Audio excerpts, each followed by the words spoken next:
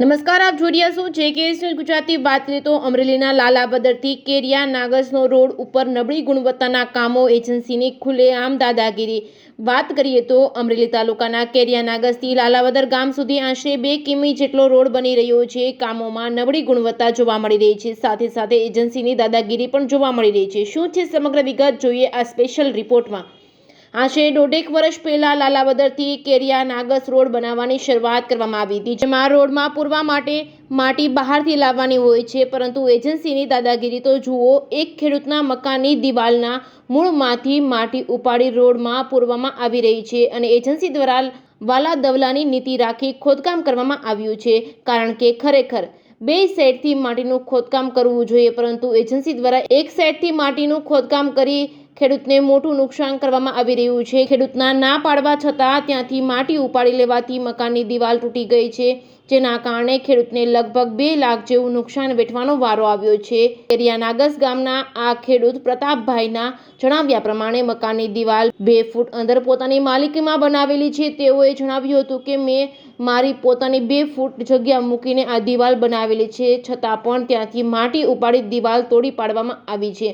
તેથી સરકાર દ્વારા જમીન ઉપર પગલાં લેવામાં આવે અને થયેલા નુકસાનની ભરપાઈ એજન્સી પાસેથી આપવામાં આવે તેવી માંગ કરવામાં આવી છે. JKS ન્યૂઝ ગુજરાતી સાથે જૈનિક સુજિત્રા, અમરેલી.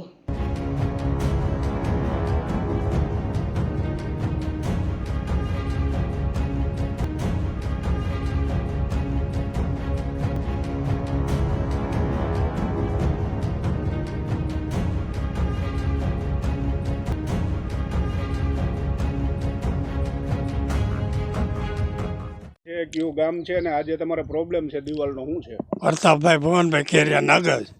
આ રોડ ખોદતા 1.5-2 વર્ષ થવા આવ્યા અને અમારે ત્યાંથી દૂડી અને વધારે લીધી એટલે દિવાલ અમારી નમી ગઈ છે અને એને ના પાડી તોય એને ઊંડી કરી નાખી અને અમારે દિવાલ હવે છે નહીં બનાવી પડી જાય એમ છે.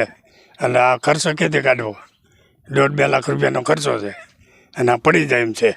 આ માટી લઈને એને શું? આ માટી અમારી દિવાલ ખોદીને માટી લઈ લીધી એટલે પડે કરે છોડીને જગ્યાએ. માટી નાખી ક્યાં એને રોડ ઉપર બનાવ્યો, રોડમાં તો ધૂળ નાખી. 2 સાઈડથી માટી લીધી? એક સાઈડથી લીધી, ઓલ બાજુ નથી લીધી. એક સાઈડ ઊંડું કરી નાખ્યું એટલે દિવાલ લડી ગઈ અમારી. એ લોકોને તમે વાત કરી હતી? અમે કીધું તો કઈ અમારે તો બધી સાહેબે કીધું એમ કર્યું. મેં એના મજૂરને કીધું, JCB વાળા.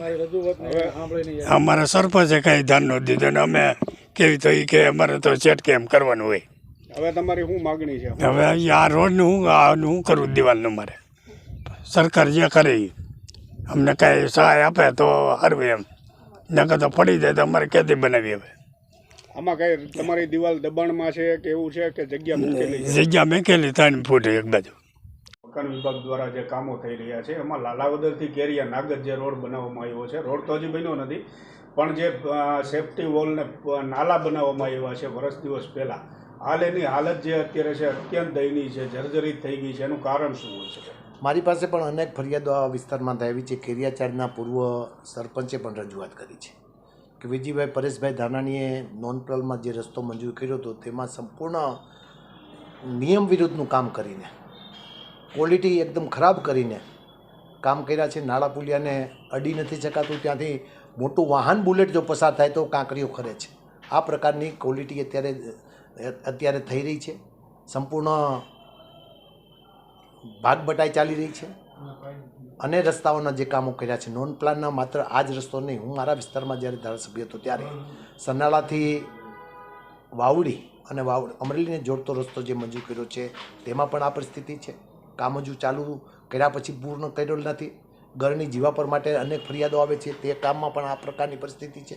જે મોટાભાગના રસ્તાઓ નોન પ્લાન છે, કોન્ટ્રાક્ટરે જિલ્લા પંચાયતના અધિકારીઓ અને જિલ્લા પંચાયતના ચૂંટાયેલા પદાધિકારીઓ સાથે મિલીભગત કરીને હપ્તાખોરી કરીને રસ્તાઓના કામો શરૂ કર્યા પછી ખરાબ રીતે કરવામાં આવે છે. તેની સામે ભયંકર અમારો વિરોધ છે. આ બાબતમાં ક્વોલિટીને મેં તપાસ કરવા માટે પણ પત્ર લખ્યો છે, મુખ્યમંત્રીને પણ તપાસ કરવા માટે પત્ર લખ્યો છે, તાકે થોડાક સમય પહેલાં રાજ્યના મુખ્ય સચિવ શ્રી ચાવડા, જે સૌરાષ્ટ્ર વિભાગ સંભાળે છે, એમને પણ હું રૂબરૂ મળ્યો હતો અને જે નોન પ્લાનના રસ્તાઓ બંધ છે, રસ્તાઓ તાત્કાલિક શરૂ કરવા માટે પણ માગણી કરી છે. ગરણીથી જીવા પર જે 2022માં રોડનું કામ પૂરું થઈ ગયું છે એવું બોર્ડ મારવામાં આવ્યું હતું ને હાલ અત્યારે ટૂંક સમય પહેલાં જ હજી એ રોડ બનાવવામાં આવ્યો છે. સરકાર પોતાની વાહવાહી કરવા માટે ખોટું બોર્ડ મારી દીધું હતું, મને બદનામ કરવા માટે બોર્ડ મારી દીધું હતું. ધારાસભાની ચૂંટણી હતી ત્યારે આ માત્ર જીવા પર ગરણી નહીં પણ કરિયાણાથી જે મારો નાની કુંડલનો રસ્તો હતો ત્યાં પણ બોર્ડ મારી દેવામાં આવ્યું હતું. બળેલ પીપરિયાથી ફુલઝરનો જે રસ્તો હતો તેને પણ બોર્ડ મારી દેવામાં આવ્યું હતું. અને એવો મારી વિરોધમાં પ્રચાર કર્યો કે વિજયભાઈ આ રસ્તા પૂર્ણ કર્યા છે, અહીંયા રસ્તાની નથી, અત્યારે એ રસ્તા પૂર્ણ થયા છે. પણ તે વખતે તો માત્ર ખોટા બોર્ડ મારીને વાહવાહી કરીને બદનામ કરવા માટેનો પ્રયાસ હતો. તે વખતના તત્કાલીન ધારાસભ્ય તરીકે મને બદનામ કરવા માટેનો આ સરકારે એક ઊભો કરેલો પ્રયાસ હતો અને પોતાની વાહવાહી કરવા માટે આખા રાજ્યમાં એટલા રસ્તાઓ બનાવ્યા છે એના માટે એને બોર્ડ માર્યું હતું. રસ્તા પૂર્ણ નહોતા થયા અને બોર્ડ માર્યું હતું અને એના કારણે લોકોએ પણ ભોગવું પડ્યું અને મારે પણ સહકાર રાજકીય આગેવાન તરીકે સહન કરવું પડ્યું હતું. એ વાતને હું સમર્થન આપું છું.